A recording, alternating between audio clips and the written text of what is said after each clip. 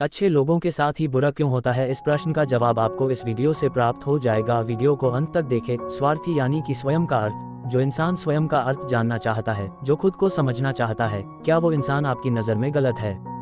हम जब भी किसी को स्वार्थी कहते हैं तो उसका मतलब तो यही होता है कि वो आदमी स्वयं का अर्थ समझना चाहता है, तो फिर वो गलत कैसे हुआ? स्वार्थी शब्द दुनिया की नज़र में, समाज की नज़र में एक अलग ही नज़रिए से समझा जाता है।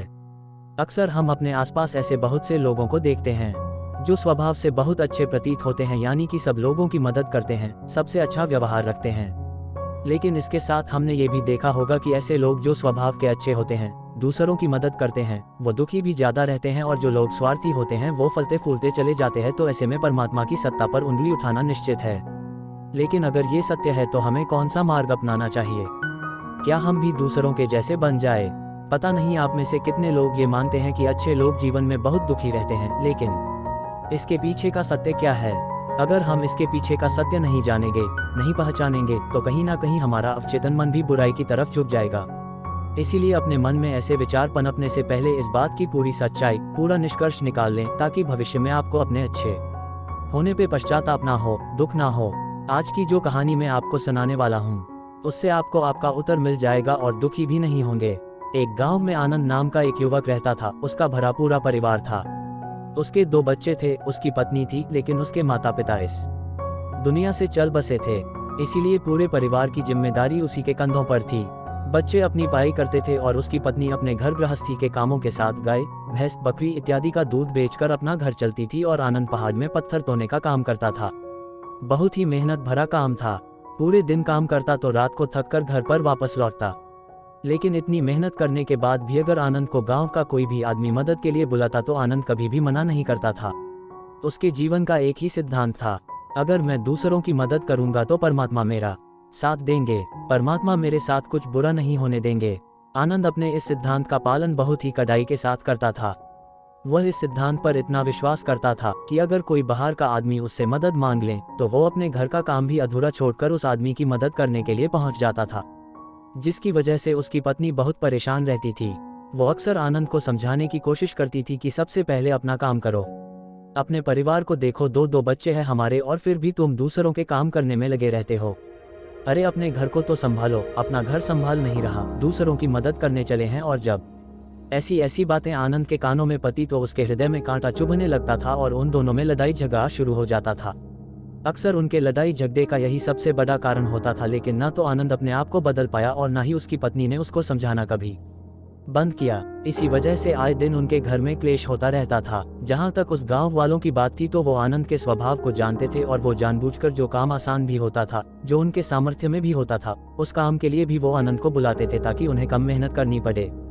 कहने का अर्थ ये है कि गांव वाले आनंद की इस शिष्टाचार का फायदा उठाते थे, लाभ उठाते थे, और सब पीछे से उसका मजाक उड़ाते थे, उसे बेवकूफ कहते थे।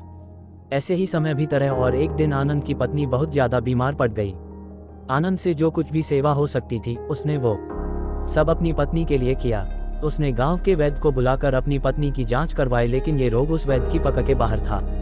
इसीलिए उस वैद्य ने कहा कि तुम अपनी पत्नी को नगर में जाकर किसी बड़े वैद्य को दिखाओ तो तुम्हारी पत्नी की जान बच सकती है। जल्द से जल्द नगर पहुंचने की व्यवस्था करो, नहीं तो तुम्हारी पत्नी के प्राण संकट में हो जाएंगे। ये सुनकर आनंद के पैरों तले जमीन फिसल गई। उसने ये नहीं सोचा था कि उसकी पत्नी के प्राण संकट में है। वो सोच रहा था कि कोई साधारण सा रोग होगा जिसका इलाज हो जाएगा। लेकिन जब उसने वैद्य की यही बात सुनी तो वो घबरा गया। अब पत्नी को नगर तक कैसे लेकर जाएं?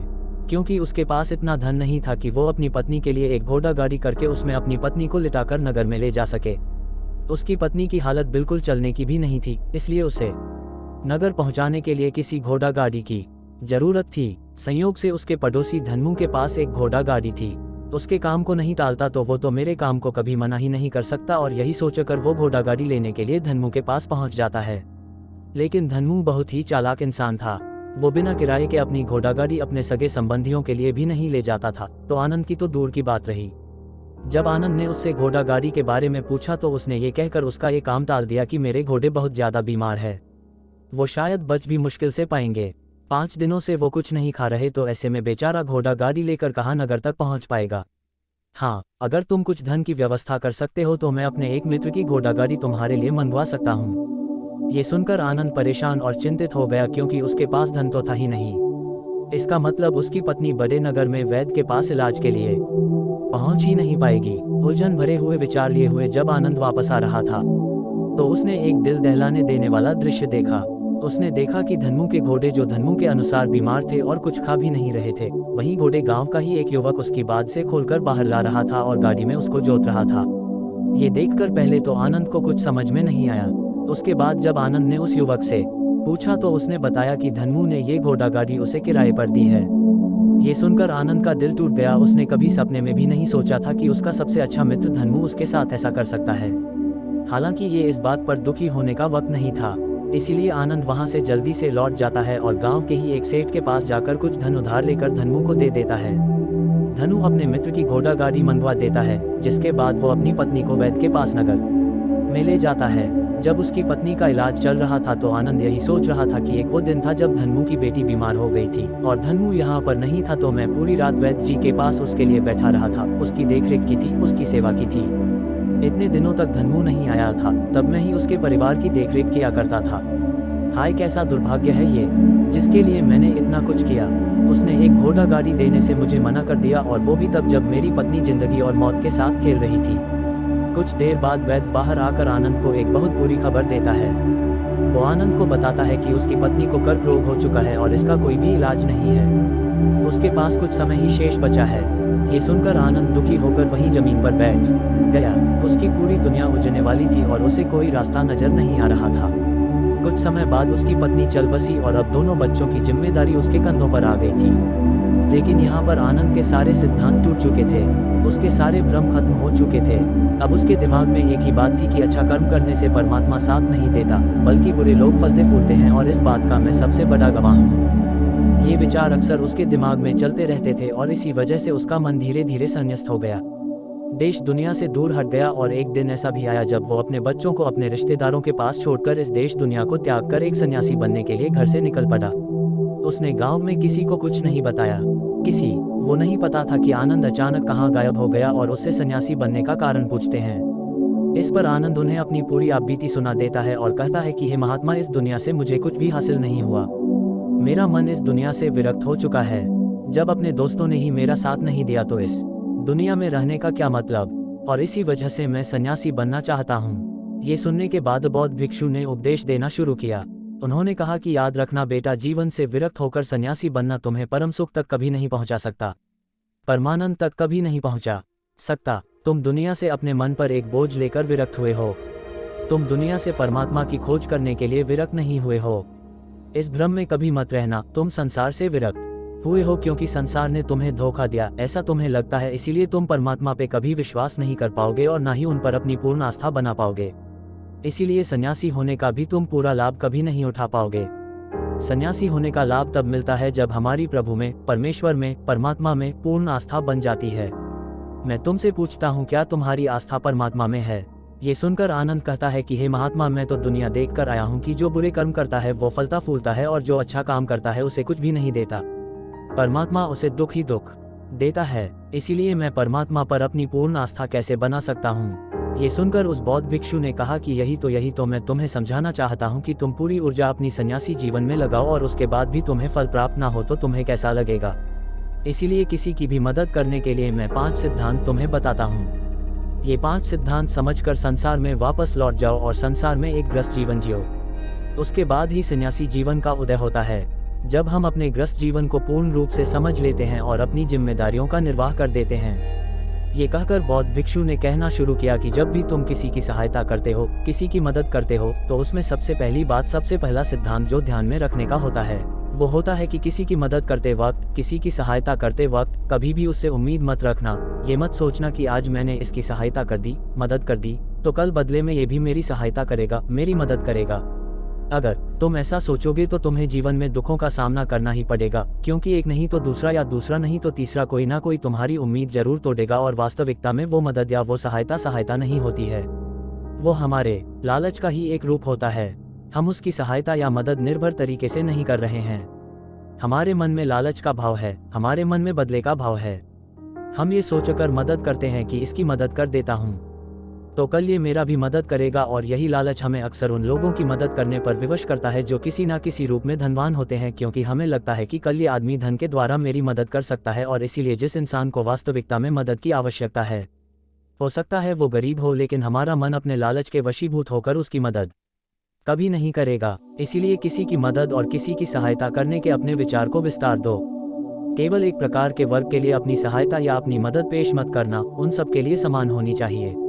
जरा सोचो, एक तरफ तुम्हारा मित्र हो जिसके पास धन है, संपदा है, और दूसरी तरफ कोई गरीब औरत हो जो भूखी बैठी हुई है। तुम्हारा दोस्त तुमसे कहता है कि यार आज तो अच्छे अच्छे पकवान मंगवा लो। सबसे पहले हमारा कर्तव्य बनता है कि उस औरत की भूख मिटाए, लेकिन अक्सर इंसान ऐसे नहीं सोचता। वो अपने दोस्त को तो खिला देगा, उसको तो बाजार से बहुत महंगी वस्तु मांगा के दे देगा, लेकिन किसी गरीब को उसकी भूख मिटाने के लिए पैसा या धन नहीं देगा। दूसरी बात जो ख्याल में रखने की है वो ये कि सहायता करते वक्त हमारा लालच कभी भी उसके साथ नहीं जुड़ना चाहिए। अक्सर हम जब किसी की मदद करते हैं तो हमारा लालच और हमारा स्वार्थी उसके साथ जुड़ा होता है, और हम अपनी भविष्य की योजना तैयार करके उस आदमी की मदद करते हैं। हम ये सोचते हैं कि अगर मैं इसका ये काम करूंगा तो भविष्य में ये आदमी मेरा वो काम पूरा कर देगा, और वो सहायता वो मदद बिल्कुल भी परमात्मा के द्वार को नहीं खटखटाती, क्योंकि वो लालच है। जाहिर है आप अपने आप को धोखा देने के लिए अपने लालच को एक सहायता, एक मदद का रूप दे रहे हैं। तीसरी बात जो ख्याल रखने की है वो ये कि अपने सामर्थ्य के हिसाब से दूसरे की मदद करो। कभी भी एक ग्रस्त आदमी को किसी की इतनी सहायता नहीं करनी चाहिए जिससे कि उसका परिवार और उसके बच्चे कष्ट में जीवन बिताएं। सबसे पहला फर्ज हमारा होता है अपने परिवार को सुखी रखना, उनकी ज़रूरतें पूरी करना, और उसके बाद दूसरों की मदद करना आता है। लेकिन कुछ लोग दूसरों की मदद पहले करते हैं और अपने परिवार को तवज्जो कम देते हैं, जिससे कि परिवार में लड़ाई झगड़े आए दिन पनपते रहते हैं, और ये सब हम समाज में देखते रहते हैं अपने आसपास। अगली बार जो ख्याल में रखने की होती है वो ये कि अपना कर्म, अपनी जिम्मेदारियां पहले निभानी होती है। हम अपना कर्म, अपना काम छोड़कर पहले दूसरों की मदद करने के लिए चले जाते हैं, और जब दूसरा बदले में हमारी मदद नहीं करता तो हमारा दिल दुखी हो जाता है। हम सोचते हैं कि मैंने तो अपना काम छोड़कर उस आदमी की मदद की थी और वो आदमी मेरी मदद ही नहीं कर रहा है। इसीलिए अपना कर्म सर्वोपरि, अपना कर्म सबसे ऊपर, क्योंकि वही काम करने के लिए इस दुनिया में हमारा जन्म हुआ है। और सबसे आखिर में जो बात समझने की है वो ये कि परमात्मा की मर्जी से ही सब कुछ होता है। हमारा कर्तव्य है अपने कर्म को करते जाना। करनी धरनी तो ऊपर वाले के हाथ में है, इसीलिए जो कुछ भी होता है सब ऊपर वाले पे छोड़ दो। अगर तुम्हें कोई धोखा भी देता है तो ये समझ के चलो कि वो सब ऊपर वाले की करनी होती है। आप ये मान के चलो कि मैं करता नहीं हूँ, मैं तो एक माध्यम हूँ, करवाने वाला तो वो है, उसके सामने किसकी मर्जी चली। जब ये आस्था, ये विश्वास हमारे मन में पनपने लगता है तो हमारी सारी शिकायतें दूर हो जाती है, क्योंकि इस दुनिया में जो भी होता है अच्छे के लिए होता है। जो भी हो रहा है अच्छे के लिए हो रहा है, और जो भी होगा अच्छा ही होगा। चाहे हमारी बुद्धि आज वर्तमान में इस सिद्धांत को ना समझ पाए, लेकिन जीवन में कभी ना कभी किसी ना किसी मोड़ पर आपको जरूर यह एहसास होगा कि जो हुआ था वो अच्छे के लिए ही हुआ था। इसीलिए सारी शिकायतें दूर कर दो और बस अपना कर्म करते जाओ। अपने ग्रस्त जीवन को पूर्ण रूप से जी लो, और उसके बाद ही सन्यासी जीवन की नींव होती है। इसके बाद बौद्ध भिक्षु ने आनंद को कहा कि वापस अपने गांव लौट जाओ, अपनी बेटियों को वापस लेकर आओ, उन्हें पालो पोसो, अपने बच्चों को वापस लेकर आओ, दूसरी शादी कर लो, लेकिन बच्चों का पालन पोषण अच्छे तरीके से करो। ये सुनकर आनंद अपने बच्चों के साथ अपने गांव में वापस लौट आता है। गांव में किसी को खबर नहीं थी कि आनंद कहां पर गया हुआ था और वो क्या ज्ञान लेकर वापस लौटा है। लेकिन अगले दिन सुबह सुबह गांव वालों ने आनंद के चेहरे पर एक अलग ही चमक, एक अलग ही आभा पाई।